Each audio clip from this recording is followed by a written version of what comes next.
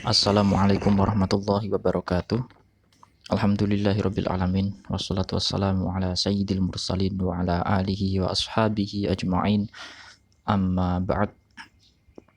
Rabbana iftah bainana wa baina qaumina bil haqqi wa anta khairul fatihin. Rabbi shrah li sadri wa yassir li amri wahlul 'uqdatam min lisani yafqahu qawli. Bismillahirrahmanirrahim. Alhamdulillah kita masih diberi kesempatan untuk tetap belajar mempelajari hadis-hadis Nabi Muhammad SAW. Kesempatan ini kita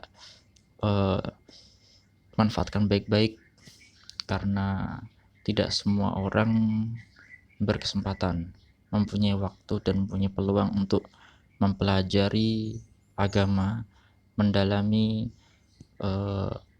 sabda-sabda baginda Nabi Muhammad SAW. Alhamdulillah. Pada kesempatan ini kita insya Allah akan membahas hadis yang ketujuh dari hadis Arba'in Nawawiyah. Tema yang ada di hadis ketujuh ini adalah tentang nasihat. Disebutkan nanti bahwasanya agama itu adalah nasihat. Dasar dalam agama ini akan tetap tegak. Nah, itu ketika ada yang saling menasihati. An Abi Ruqayyata, saya bacakan hadisnya. An Abi Ruqayyata Tamim ibn Ausin Ad-Dari radhiyallahu anhu anna nabiyya sallallahu alaihi wasallam. Baca salawat ya ketika nama Nabi Muhammad sallallahu alaihi wasallam disebutkan. Qala ad-dinu nasihah. Qulna liman?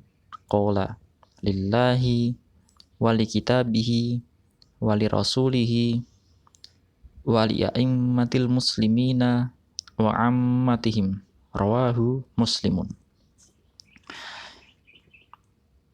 Dari sahabat Abu Ruqayyah Tamim bin Aus Ad-Dari radhiyallahu anhu, semoga Allah meridhoinya, bahwa Rasulullah sallallahu alaihi wasallam bersabda.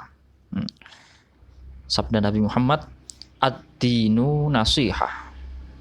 Agama itu nasihat. Ketika Nabi bersabda seperti itu, para sahabat bertanya.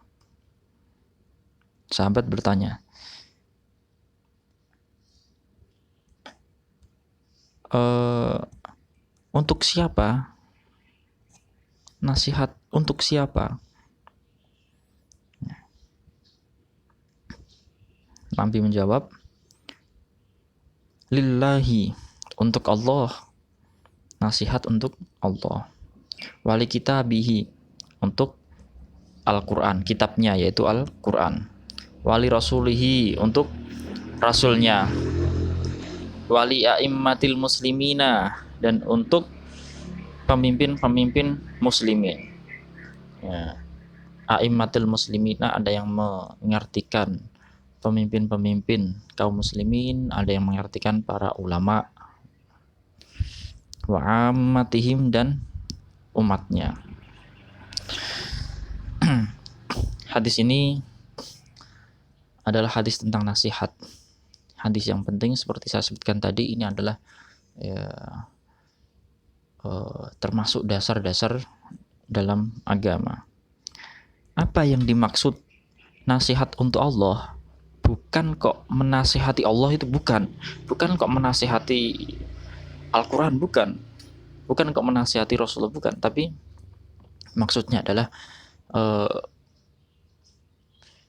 nasihat untuk Allah itu maksudnya kita dengan mengimaninya, percaya kepada Allah.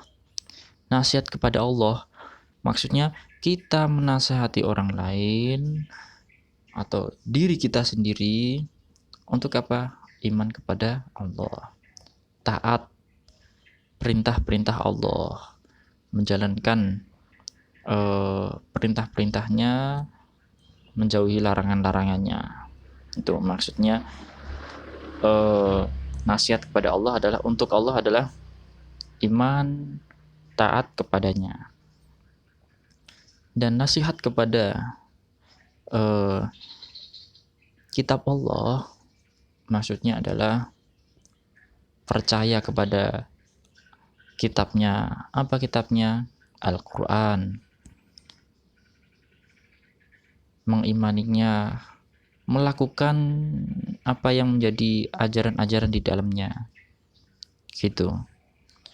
Nah, termasuk nasihat untuk Al-Quran adalah dengan kita membacanya, dengan kita menghafalnya, seperti itu. Kita menasihatkan diri kita sendiri, menasihatkan orang lain untuk percaya kepada Al-Quran, apa yang ada di dalamnya, kita membacanya, kita menghafalnya. Ini. Dan Al-Quran sendiri ini sangat istimewa. Selain itu adalah bentuk kemukjizatan Nabi Muhammad SAW. Al-Quran sendiri ini hanya memandang Al-Quran saja itu udah dinilai ibadah. Hanya memandang Al-Quran saja itu udah dinilai ibadah. Melihat saja Al-Quran itu orang yang melihatnya dihitung ibadah. Sampai disebutkan orang yang setiap harinya memandang Al-Quran, insya Allah dia aman dari penyakit mata. Itu.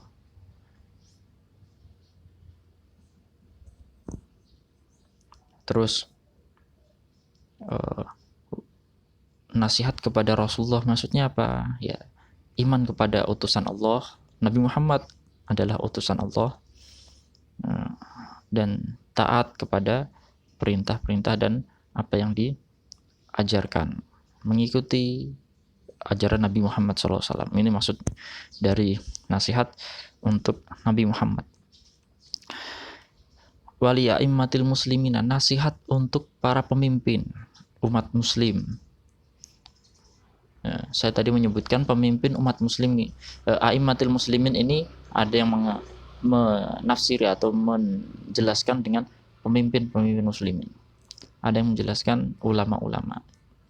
Nah, kita taati perintah mereka. Ada para pemimpin kaum muslimin, para pemimpin, kita taati. Sampai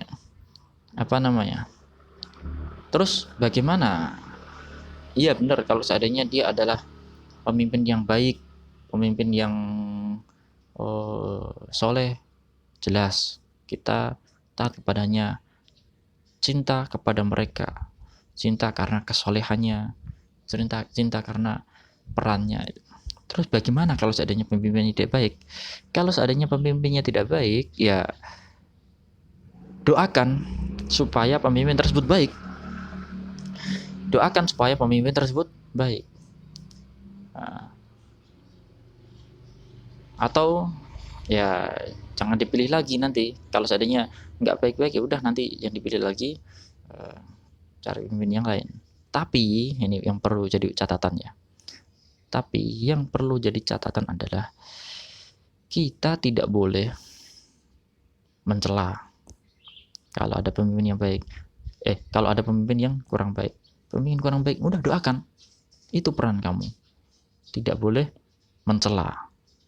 Mencela itu bukan ajaran Islam. Nabi Muhammad nggak pernah mengajarkan. Pertama, nasihati itu pemimpin. Sesuai dengan kemampuan masing-masing. Maksud taat kepada a'immatil muslimin, taat kepada pemimpin kaum muslimin, taat perintah-perintahnya selagi tidak memerintahkan kemaksiatan, atau taat kepada para ulama. Seseorang itu selagi masih menghormati para ulama, habaib atau keturunan Rasul, dan juga para pemimpin, insya Allah hidupnya berkah, hidupnya dalam kebaikan. Tapi kalau seandainya sudah ya pemimpin tidak dihormati, para ulama pun tidak dihormati, bahkan digibahin atau diomongin dari belakang, ya udah hidupnya berkah. Itu wa ammatihim, dan untuk semua manusia atau untuk kaum muslimin umumnya. Kita menasihati sesama kaum muslimin, saling menasihati. Mari kita, ada yang salah dinasihati sesama teman, sama saudara. Sayangi mereka. Nah, maksudnya itu, sayangi mereka, jangan dilukai. Yang tua dihormatin, yang kecil disayangin, orang tua, guru, dan siapa saja dihormatin. Ini cara kita menasihatkan untuk mereka. Dan perlu dicatat bahwasanya dalam nasihat ini kita perlu mempunyai metode, mempunyai cara. Caranya adalah kita menasihati dengan santun. Kita menasihati dengan lembut. Jangan menasihati dengan cara yang kasar.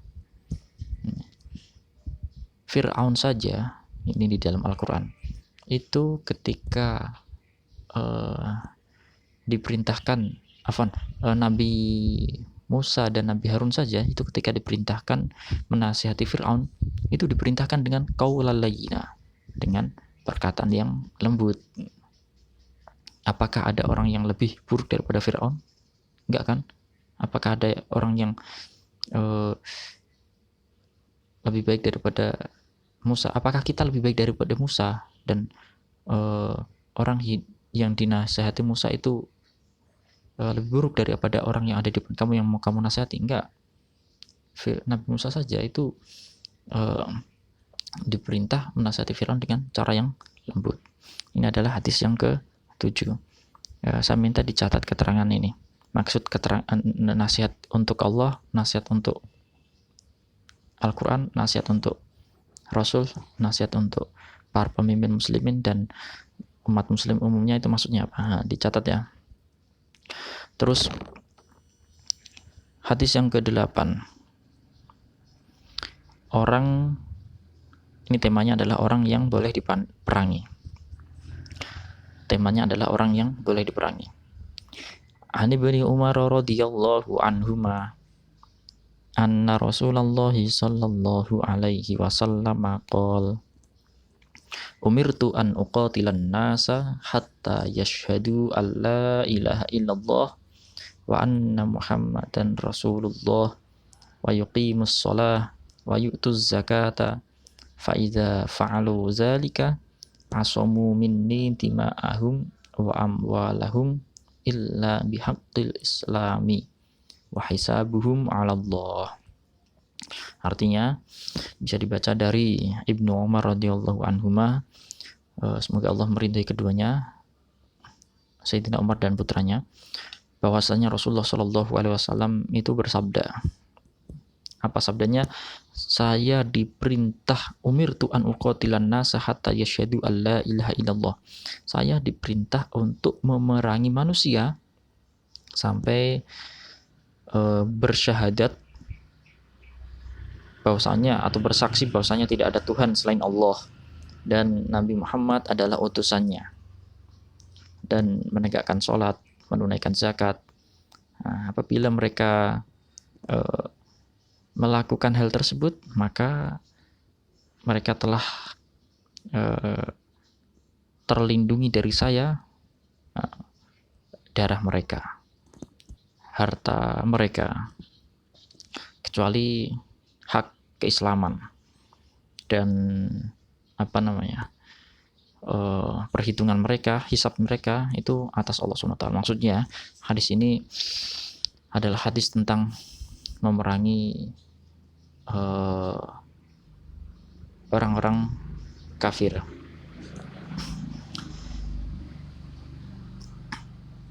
Hadis ini bukan semata-mata menunjukkan bahwasanya Islam itu disebarkan dengan pedang, dengan peperangan. Enggak, sejatinya Islam itu diperangkan dengan ditegakkan, disebarkan dengan dengan apa namanya, akhlak yang mulia. Sebelum bahas itu, saya ingin menjelaskan bahwasanya yang perlu dicatat, seorang muslim atau seseorang yang dia itu bersyahadat, dua kalimat syahadat, asyhadu alla ilaha illallah wa asyhadu anna muhammadar rasulullah, itu udah Islam. Itu sudah Islam. Dan kalau ada orang muslim, itu mereka tidak boleh diperangin. Orang muslim tidak boleh diperangin. Orang yang bersyahadat sekalipun baru masuk Islam itu tidak boleh diperangin. Darahnya itu haram, harus dilindungi. Hartanya itu haram, harus dilindungi. Makanya tidak boleh sesama muslim saling perang. Karena darah mereka itu darah-darah dan harta-harta yang dihormati. Kalau seandainya di luar sana ada yang namanya teror-teror, pengeboman, nah, itu tidak benar seperti yang dilakukan oleh sekelompok ISIS itu. Nah, terus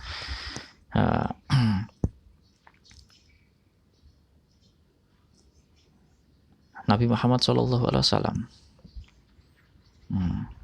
bukan semata-mata ketika menyebarkan Islam langsung memerangi non-muslim semuanya atau orang kafir semuanya tanpa pandang bulu selagi mereka belum masuk Islam. Enggak. Nabi itu memerangi mereka itu ya dilihat-lihat. Yang perempuan tidak diperangin, anak-anak kecil tidak diperangin. Nabi tidak memerangi mereka kalau mereka tidak memerangi itu. Nabi tidak memerangi mereka kalau mereka tidak memerangi.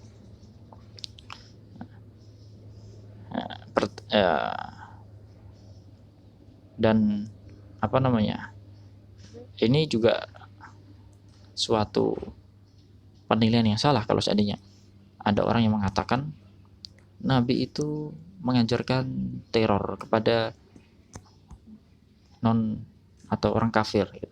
Islam adalah agama yang teror.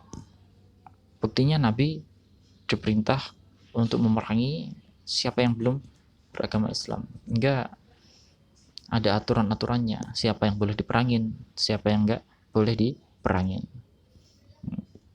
Jadi ada aturan-aturannya. Bukan semua orang non-muslim atau bukan semua orang kafir itu harus diperangin. Nah, ini catatan, bukan semua orang non-muslim itu diperangin. Pernah ada cerita bahwasanya dulu Sayyidina Usamah bin Zaid masih kecil itu semangat perang. Usia belasan tahun udah menjadi panglima perang. Nah, suatu ketika beliau itu berperang melawan orang kafir. Dan single. Akhirnya ketika orang kafir tersebut udah terpojok, nah, orang kafir tadi mengucapkan dua kalimat syahadat. Terpojok udah mau dibunuh sama Sayyidina Usamah bin Zaid, itu dia mengucapkan dua kalimat syahadat, asyhadu alla ilaha illallah wa asyhadu anna muhammadar rasulullah. Tapi apa? Sayyidina Usamah bin Zaid tetap membunuhnya. Sudah bersyahadat tapi tetap membunuhnya. Terus ketika itu ditanya sama Rasulullah, "Hai Usamah, kenapa kamu bunuh dia?" Dia munafik ya Rasul. Dia mengucapkan syahadat hanya di lisannya saja, hatinya enggak. Terus Terus ditanya, apakah kamu tahu isi hatinya? Apakah ketika kamu sudah buka hatinya, kamu tahu dia munafik? Ya. Siapapun orang yang sudah mengucapkan 2 kalimat syahadat, berikrar tidak ada Tuhan selain Allah dan Muhammad adalah utusannya, udah, dia dihormati. Kita nggak tahu isi hatinya. Pokoknya ada orang yang mengucapkan 2 kalimat syahadat, udah, dia adalah seorang muslim. Dan kalau seandainya dia kalau seandainya dia berbohong, udah, itu urusan Allah. Kita nggak mengetahui isi hati seseorang gitu. Nah, ini 2 hadis saja di pertemuan ini. Yang perlu kalian catat adalah, pertama, di hadis ke-7 tadi, apa maksud nasihat untuk Allah, untuk kitab Allah, untuk Rasulnya, untuk para pemimpin umat muslim dan umat muslim atau umat muslim, umat pada umumnya.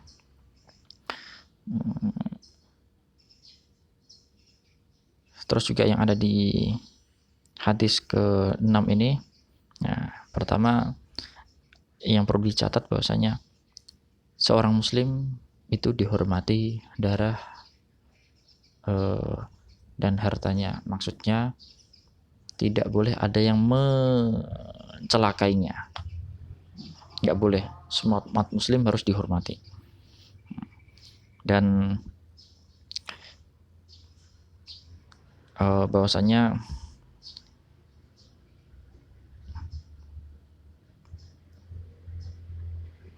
hadis ini bukan semata-mata menunjukkan bahwasanya Islam itu agama yang teror, bukan. Tapi dalam memerangi orang yang tidak muslim itu ada aturan-aturannya. Seperti ketika mereka tidak memerangi terlebih dahulu, dan juga kita tidak boleh memerangi anak-anak kecil, orang-orang perempuan. Ya, dicatat ya. Saya minta hadis yang ke-7, ya, khusus hadis yang ke-7, saya mohon dihafalkan. Boleh dihafalkan dari ad-dinu nasihatu, atau dari sini, annan nabiyya sallallahu alaihi wasallam qala ad-dinu nasihah, qulna liman, qala lillahi wa li kitabihi wa li rasulihi wa li a'immatil muslimina wa ammatihim. Assalamualaikum warahmatullahi wabarakatuh.